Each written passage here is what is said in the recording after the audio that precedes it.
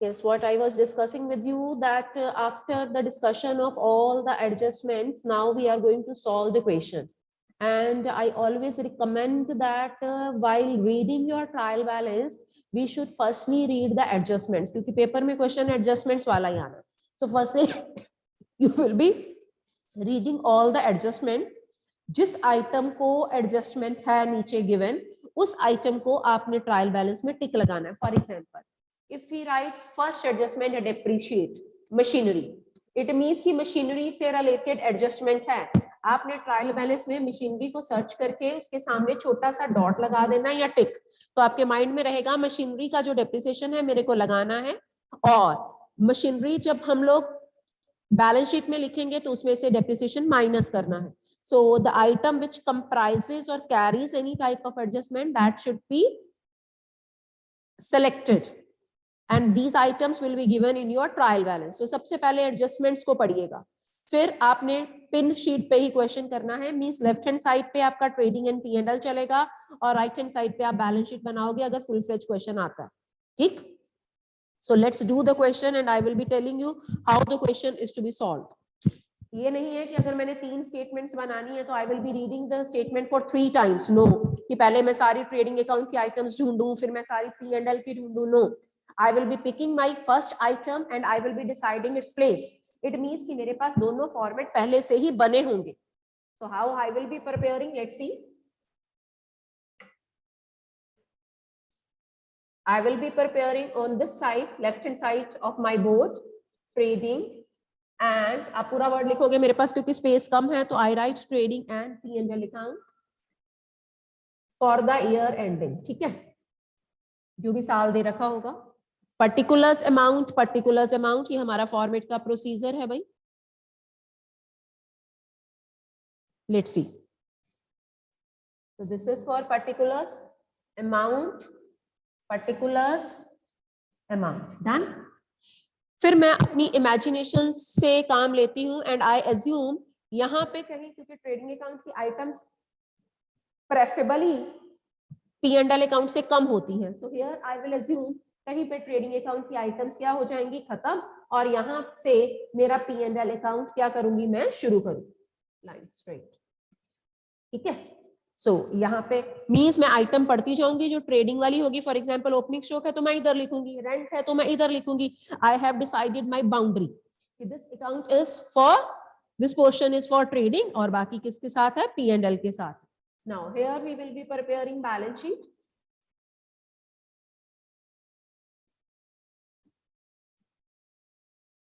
Done. Balance sheet में आपने पढ़ा ट्रायल बैलेंस में आपने पढ़ा कैपिटल है तीसरे नंबर पे, तो कैपिटल की स्पेस आपको पता है बैलेंस शीट में है.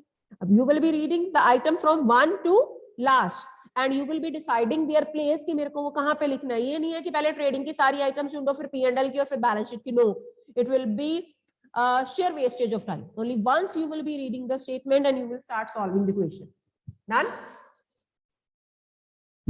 So this is for liabilities, amount, assets, amount. ठीक है.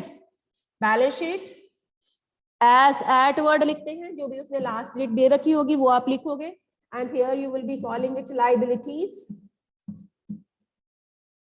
This is for amount. This is for assets. This is again for amount. So let's do a question which has certain adjustments. ठीक है. चलिए जी.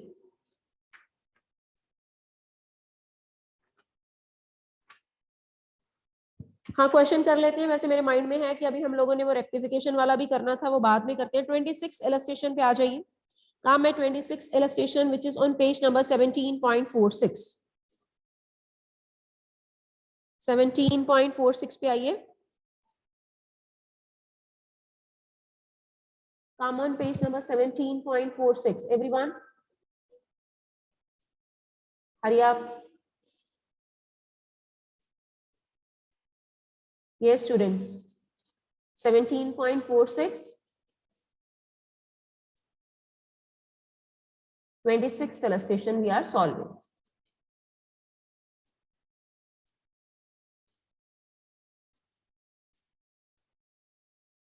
I told you firstly I will be reading the adjustments.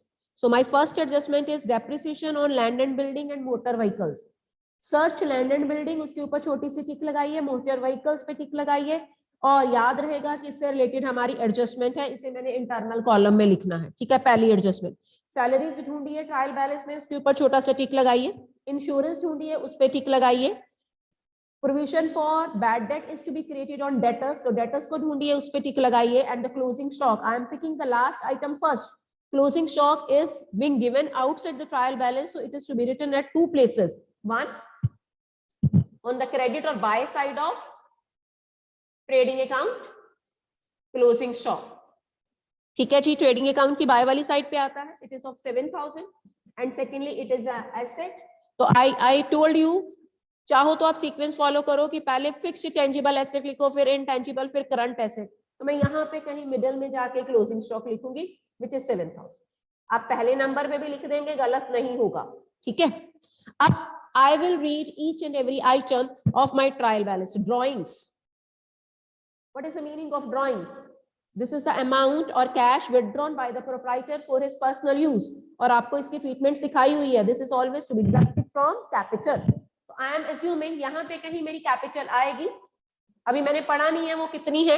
जैसे ही मैं capital लिखूंगी तो drawings उसमें से minus कर दूंगी, तो मैं यहाँ पे माइनस करके ड्राइंग्स लिख के रखूंगी, ठीक है। पहली आइटम है ही ड्राइंग्स, चलिए जी मैंने लिख दिया, यहाँ पे 5,000 माइनस हो जाए। सेकेंड आइटम पढ़िए डेटर्स। डेटर्स के ऊपर टिक लगा रखी है स्टूडेंट्स हमने, क्योंकि डेटर्स से रिलेटेड क्या है, एडजस्टमेंट है।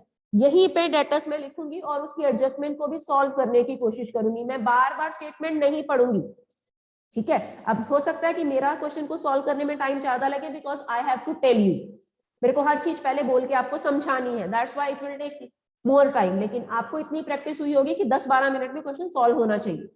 डन।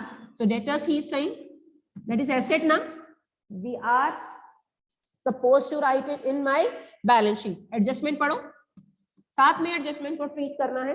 एडजस्टमेंट क्या थी, डेटर्स से रिलेटेड 5% प्रोविजन क्रिएट करना है। 20,000 का 5% प्रोविजन क्रिएट करेंगे, माइनस प्रोविजन 1000। और आपको सिखाया हुआ है क्योंकि प्रोविजन एडजस्टमेंट है, दो जगह आना है, तो this is going to be my new provision. 20,000 में से 1000 माइनस करके आपके डेटर्स क्या आ गए। आप चाहते तो डेटर्स क्लोजिंग स्टॉक के बाद भी लिख देते, क्योंकि ये करंट एसेट है, मेरे भी माइंड से निकल गया। मैं ऊपर वाली स्पेस हमेशा फिक्स या नॉन करंट एसेट के लिए छोड़ती हूँ। नहीं सीक्वेंस फॉलो करना, any way you can write. Done. So this provision is an item of my P&L account, which I will be writing on the debit side of my P&L. यहाँ पे कहीं आई assume ना कि trading account यहाँ तक चलेगा, उसके नीचे वाली सारी आइटम मेरी किस चीज की होंगी, P&L अकाउंट की होंगी। See the board. So here I am writing two provision for bad debt. So this we calculated and I am calling it new.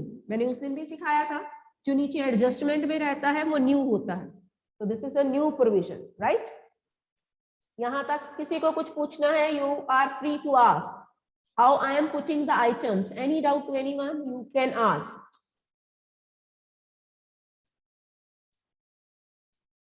Yes, आगे चलिए। After debtors we have next item interest on loan. Who will tell me next treatment interest on loan? Yes, anyone from you people? Interest on loan आपके according क्या लगता है, is it an expense और an income?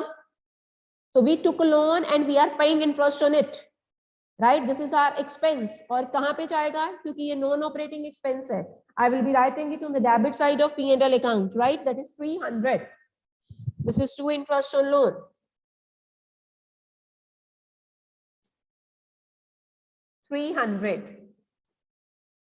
Done. This is 300। आगे चलिए। Yes, cash, this is my asset. Closing stock के नीचे लिख दीजिए एसेट 2000। डिजिट के नीचे डिजिट लिखना, जीरो के नीचे जीरो, ताकि हमारा टोटल करना आसान रहे।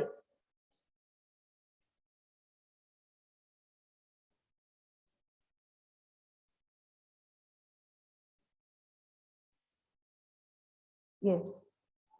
So this is our asset. I was writing there. Done. Cash के बाद हमारे पास अगली आइटम क्या है, स्टॉक। और स्टॉक के साथ ब्रैकेट में लिखा है ऑन 1 अप्रैल। इट मींस कि that is our opening stock, and opening stock is the very first item of your trading account. Let me check its value, 6800 to opening stock. 6800. Done. Opening stock. So I wrote the opening stock as the very first item of your trading account. आगे चलिए, motor vehicles के ऊपर टिक लगी है और अब मेरे mind में आ गया इससे रिलेटेड एडजस्टमेंट है. So motor vehicle I will be writing here. That is my asset. Motor vehicle कितने का है? Yes, motor vehicle is of 10,000. Am I right? अब नीचे पढ़ो, इसके ऊपर कितना डेप्रिसिएशन है. डेप्रिसिएशन की एडजस्टमेंट आपको सिखाई होती है. डेप्रिसिएशन कैलकुलेट करेंगे और P&L अकाउंट की डेबिट साइड पे लिखेंगे. साथ में कहां पे लिखेंगे? इसे एसेट में से माइनस भी करेंगे. डन. चलिए, मोटर व्हीकल है 10,000 का और इसके ऊपर डेप्रिसिएशन कितनी है? 20%. 10,000 का 20% मैंने माइनस किया. Less depreciation that is 2,000. 20%. तो मोटर व्हीकल आज आपके पास 8,000 का है. क्योंकि डेप्रिसिएशन आपका एक्सपेंस है, दो जगह आना है. Being an adjustment, it is to be written at two places. This side is not visible, I think. Yes, now. No.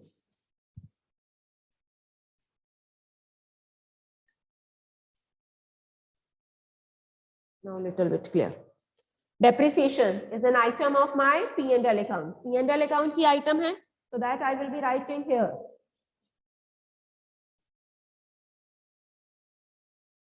P&L account की डेबिट साइड पे लिखेंगे to depreciation on motor vehicle that is 2,000.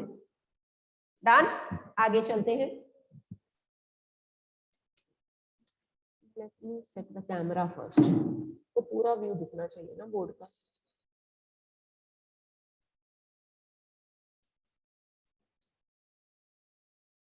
After motor vehicle we have the next item bank. Bank is my asset, means bank में मेरा पैसा पड़ा हुआ है. And how much amount is lying in the bank? That is 3,500. This is your asset. Asset पे लिख दीजिए bank 3,500. Then we have land and building, and land and building के ऊपर हमने पहले से टिक लगाया है क्योंकि इसके ऊपर भी डेप्रिसिएशन है. लैंड एंड बिल्डिंग कितने की है? 12,000 की. 12,000 का 2.5 निकालिए. तो पहले लैंड एंड बिल्डिंग मेरी क्या है? एसेट है. 12,000 का 2.5 करें जरा. 25 पे 25 2 सा 55, 25 और 5 3,000. 2.5%. 12,000 का 2.5,000 हो गया. 300 ही आना बेटे. Less depreciation 300. So land and building you will be writing 11,700. Done. और डेप्रिसिएशन जो लैंड एंड बिल्डिंग का है, क्योंकि ये सॉल्व है क्वेश्चन, जरा देखो इसने लैंड एंड बिल्डिंग का 300 ही डेप्रिसिएशन लिखा है. यस, बिल्कुल ठीक है. टू यहाँ पे लिखिए to depreciation on vehicles. M vehicle I am writing that is motor vehicle, and here depreciation on land and building that is 300. आगे चलिए. यस, ये भी सिखाया होगा बेटे आपको. बैड डेट, जो bad debt within the trial balance है that are old bad debts, and old bad debts are only to be written on the debit side of P&L account, right? So that old bad debts he is talking about 500. I will be writing on the debit side of your P&L account.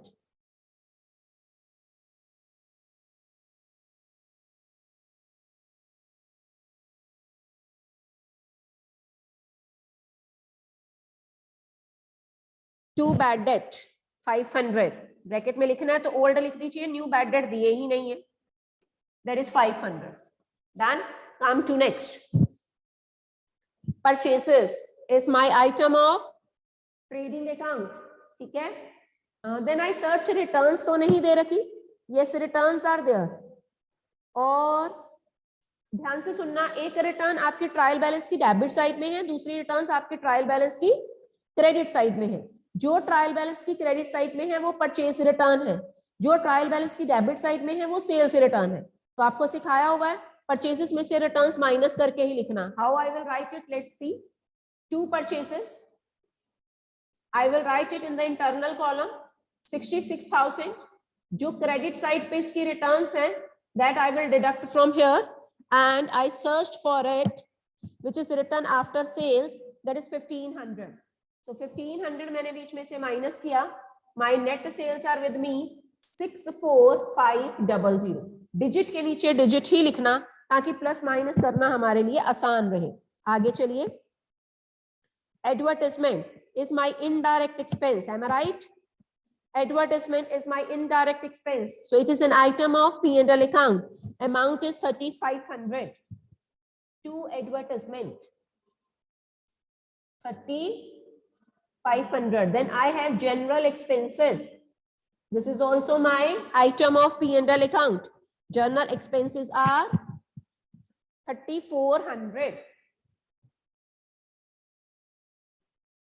Come to next.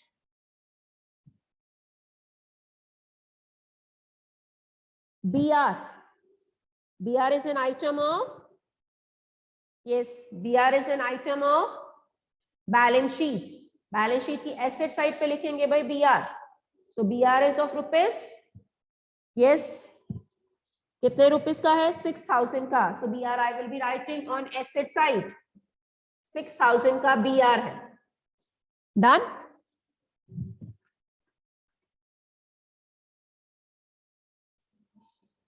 Harshika, I'm just going to adjust it. Yes, I was also thinking that both should be properly visible. अब देखो visibility ज्यादा clear होगी, ठीक है? हम लोगों ने कहां तक किया? अब ये जो रिटर्न्स है बेटे, बीआर के बाद का 8000 का ये सेल्स रिटर्न है, तो यहाँ पे कहीं मैं सेल्स लिखूंगी, ठीक है? जब सेल्स की टर्न आएगी तो उसका रिटर्न मेरा सेल्स में से क्या होगा? माइनस होगा। मैंने बिफोर हैंड उसका रिटर्न्स 8000 लिख के रख लिया, जितना माइनस करके आएगा I will write in the amount column. Then I have rent and insurance. You know insurance के ऊपर हमने टिक लगाई है बिकॉज इससे रिलेटेड मेरे पास एडजस्टमेंट थी, ठीक है? तो कितनी एडजस्टमेंट है इसके ऊपर? प्री पेड इंश्योरेंस है। प्री पेड इंश्योरेंस का मतलब क्या होता है? इंश्योरेंस माइनस कर दो। So we have to deduct prepaid insurance from insurance. But that I will see later. Will it open Excel or not? That I have to see. Let me complete this. Then I will be opting another way, or I will be using the whiteboard. Whiteboard I can use now. Wait.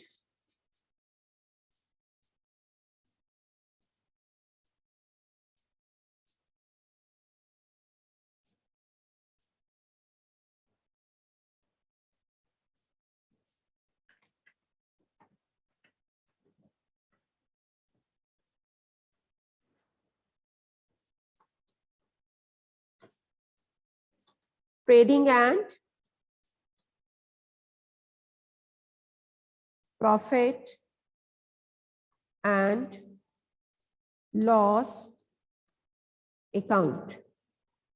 So we will be proceeding. Again, there will be a problem how to insert the table here, right? यहाँ पे table का फिर रहना भंगा. Table insert नहीं हो पाएगा, यहाँ पे insert कुछ भी नहीं है. So this will not be done. We have to come to our earlier screen.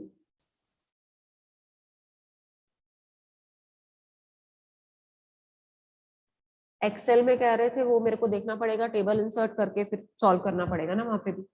Journal expenses 3400 में एक एक स्टेटमेंट ही फिर बनाया करूंगी।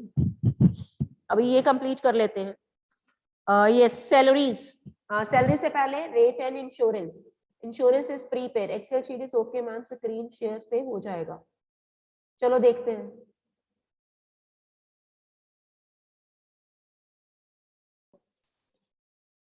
Yes, we were having rent and insurance here, that is 3000 और उसका प्रीपेड है क्योंकि मैंने पहले से टिक लगवाई हुई है आपको कि उससे रिलेटेड एडजस्टमेंट है। तो उस प्रीपेड को आपने माइंड में रखना है। 3000 में से 200 माइनस होगा to rent and insurance. See here, to rent and insurance that is 3000। साथ में एग्जामिनर को बता के आना है we are deducting prepaid, that is 200। Line लगा के बाहर वाले कॉलम में 2800 लिखिए। और क्योंकि प्रीपेड इंश्योरेंस आपका क्या होता है? एसेट होता है भाई। So that's why I am writing it here prepaid insurance. Don't get confuse कि उसने with in the trial balance insurance के साथ अकेला इंश्योरेंस वर्ड नहीं लिखा। रेंट एंड इंश्योरेंस लिखा तो कोई बात नहीं, rent is inclusive in the insurance, ठीक है। Prepaid insurances are asset, that is 200, digit के नीचे digit I am writing, see where I wrote this numeral, this is 200 I wrote here. आगे चलिए, सैलरीज, सैलरी से रिलेटेड कोई adjustment थी? बिल्कुल थी, 200 हमारी आउटस्टैंडिंग सैलरी थी एंड सैलरी ही himself is giving to me 9000, to salaries